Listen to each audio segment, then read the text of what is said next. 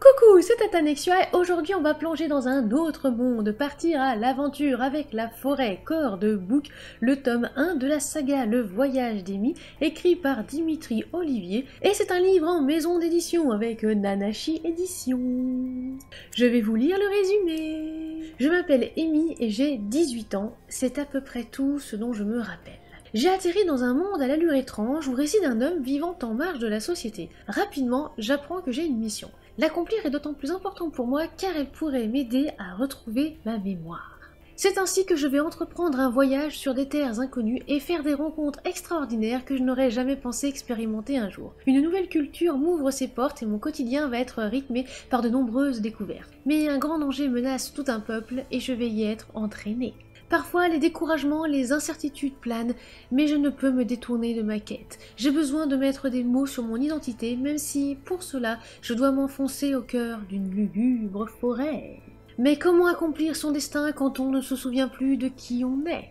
Ça vous donne envie, et encore, vous n'avez rien lu. Quelle bonne odeur de crêpes.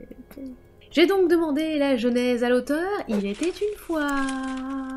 Au cours de ses études littéraires au lycée, Dimitri eut de plus en plus envie de s'essayer, lui aussi, à l'écriture. Un jour, n'y tenant plus, il ouvrit une page Word et commença à écrire sur un coup de tête le prologue de son premier roman. Après les retours encourageants de son entourage, il se décida d'écrire la suite qu'il imagina grâce à ses rêves et ses influences en termes de fantasy avec les animés, les mangas et encore les jeux vidéo.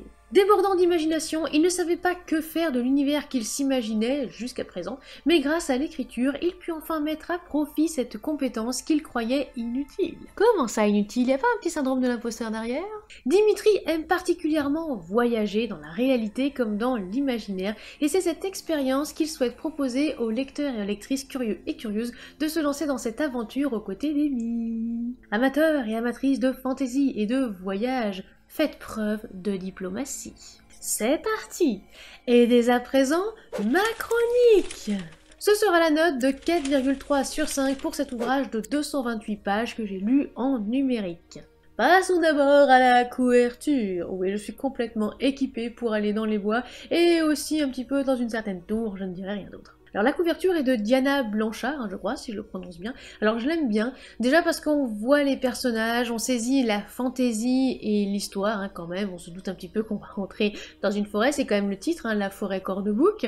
Donc là-dessus, il y a complètement un raccord. Les teintes font un petit peu aussi penser à un rêve, c'est un petit peu, on va dire, un petit peu onirique. Tout paraît irréel et pourtant, il y a deux personnages qui semblent être en pleine action. Et par rapport à ça, il y a sûrement un petit écho dans l'ouvrage. Alors, seul regret, je trouve la couverture, on va dire, un petit peu sombre. C'est un choix qui s'explique, vu un certain chapitre, d'accord, seulement... Il y a tellement d'espoir en fait dans cet ouvrage, il y a tellement on va dire de lumière, de luminosité, etc. Qu'avec un tout petit peu plus de lumière, ça aurait pas été dérangeant. Là, pour le coup, je trouve que c'est peut-être un petit peu trop obscur par rapport à la lecture. Nous faisons donc la connaissance d'Amy, puis d'Ernest, et enfin d'un animal incroyable, mais je ne vais pas vous spoiler. Le début commence assez lentement, c'est un premier tome, donc là-dessus je m'y attendais et on s'y attend toujours. Le premier tome c'est quand même un petit peu pour poser les bases de l'univers, connaître les personnages avant effectivement de s'envoler pour la suite. Là c'est plutôt effectivement bien fait et on ne s'ennuie pas. On apprend donc des éléments de l'univers avec l'aide de la protagoniste, la lecture des livres.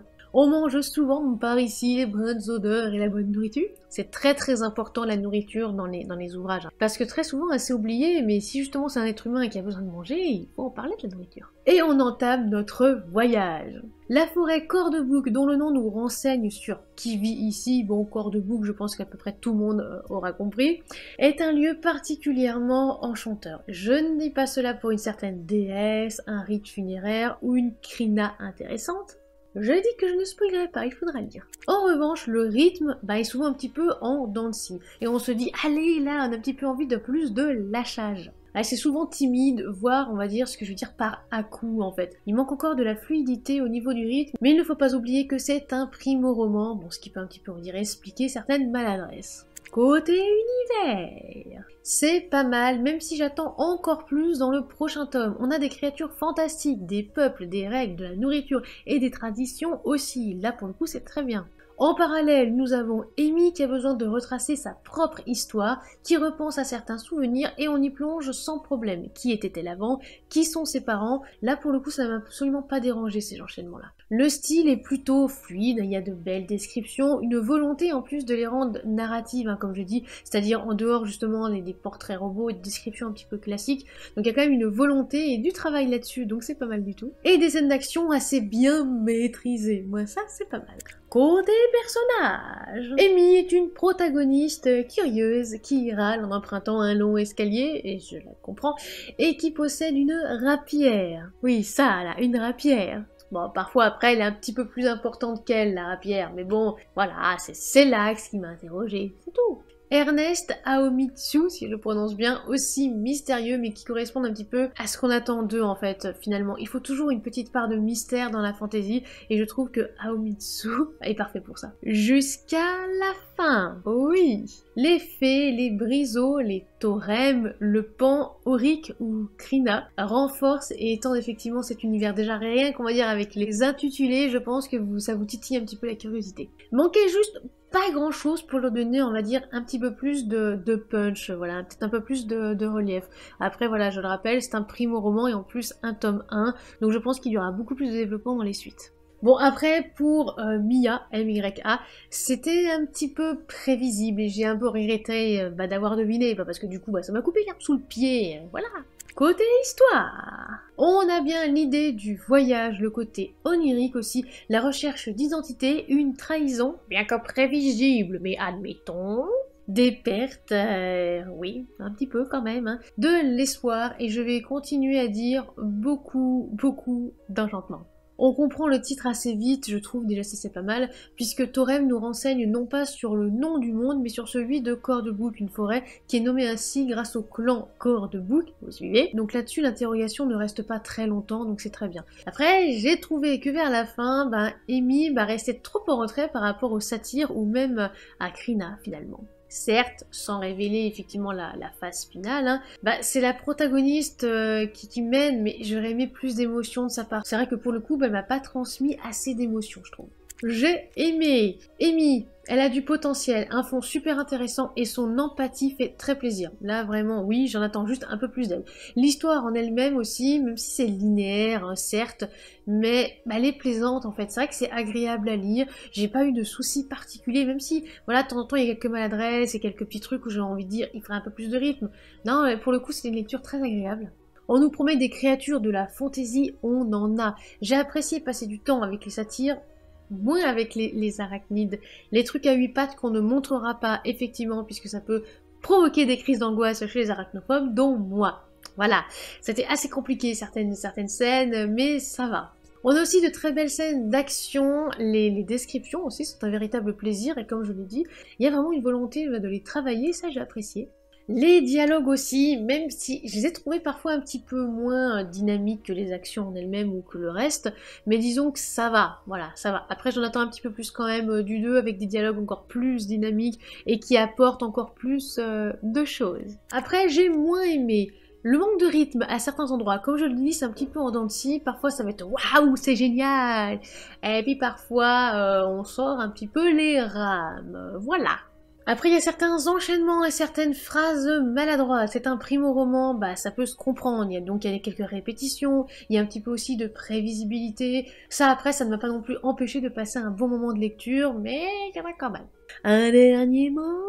Je veux la même rapière. Ouais, je la veux. Et arrêtez de dire que c'est un caprice, hein. De toute façon, je veux dire, à 18 ans, on a encore un petit peu des enfants, non? Passons maintenant à mes passages préférés. Page 10. Suis-je en train de rêver? Le calme qui m'entoure apaise les palpitations de mon cœur. J'essuie d'un revers de main une larme au coin de mes yeux et aspire une grande bouffée d'air qui me brûle les poumons. Bon alors j'ai arrêté avant un enchaînement similaire et oui j'ai fait des petites pauses même s'il n'y a pas forcément de virgule à certains endroits parce que j'en avais un petit peu besoin et je trouve que ce début est très plaisant même si le rythme met du temps à venir, c'est très bien. Page 16. Comme tu l'as très certainement remarqué, tu ne te trouves pas sur la Terre, mais dans un monde parallèle. mon petit chez moi. Je vis seul, du moins, seulement en compagnie d'Aomitsu, dans cette haute tour quelque peu vieillotte, m'explique-t-il tout en caressant son dragon qui ferme les yeux et semble passer un agréable moment avec son maître. Je me prénomme Ernest Léonis. Bah, c'est un petit bout de dialogue qui explique quand même pas mal de choses sur un personnage et aussi l'univers, c'est pour ça que je l'ai choisi. Page 27. Comme me l'avait précisé son maître, il ressemble à un petit dragon céleste, semblable à l'imaginaire asiatique. De façon surprenante, il est aussi un peu transparent et bleu. Il marche à quatre pattes et possède une longue moustache qui flotte dans l'air, ainsi que des petites cornes de forme circulaire. Moi, j'adore les animaux déjà, et Aomitsu est juste extrêmement chou, et puis c'est mignon, on veut dire un petit dragon, voilà, de toute façon j'adore les dragons, donc c'est parfait. Passons maintenant au point positif de cet ouvrage. Allez, c'est parti. Déjà, nous allons commencer par Amy. Amy qui est une très bonne protagoniste, je trouve, entre mystère, émotion et rapière. Oui, rapière quand même. Avec l'idée, voilà, de son amnésie, le fait qu'il faut qu'elle retrouve la mémoire. Il y a aussi l'idée du voyage, des rencontres et des amitiés qui vont se créer également. Et puis bon, elle mange aussi très souvent, donc évidemment, voilà.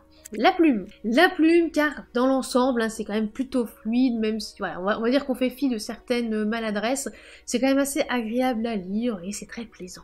L'univers, on n'en est qu'au début et pourtant je le sens bien, il y a pas mal de bases qui sont pas mal.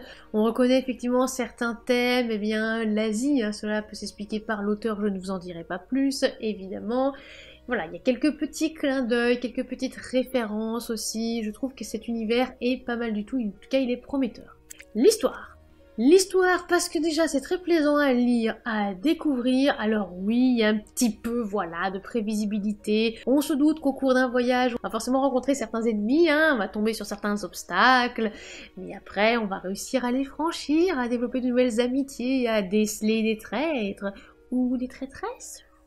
Bref, ne disons rien d'autre. Il est vrai que je vous recommande quand même cette lecture pour une histoire qui est vraiment même du tout. Les descriptions, les scènes d'action qui réveillent, on va dire, un petit peu tout ça. C'est pas, voilà, un roman, comme je vais dire, plan-plan, c'est-à-dire vraiment trop linéaire, où le rythme est très très lent. Non, bon là, ok, le rythme est un petit peu en dents de scie, mais dès qu'il y a de l'action, là, c'est pas mal du tout, j'ai bien aimé. Mais il y a également des petits points négatifs, oui évidemment, comme toujours.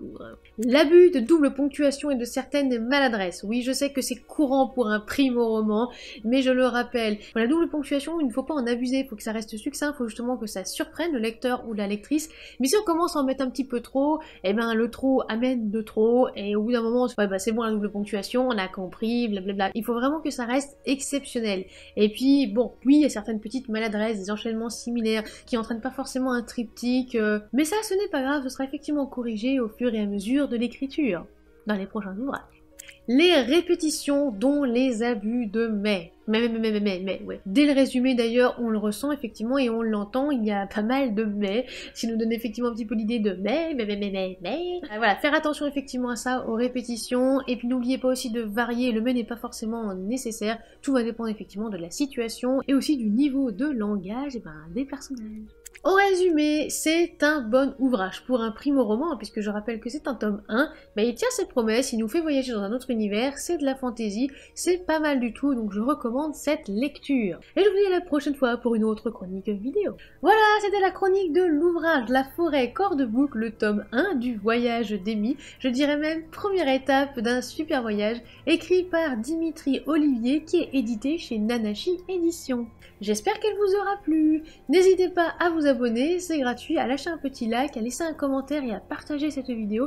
Non seulement cela nous aide au niveau algorithme, mais cela peut aussi aider l'auteur. Alors si vous souhaitez nous soutenir et tout faire pour que justement la chaîne perdure, n'hésitez pas à vous rendre sur Utip ou Tipeee. Et en attendant la prochaine chronique, soignez votre plume.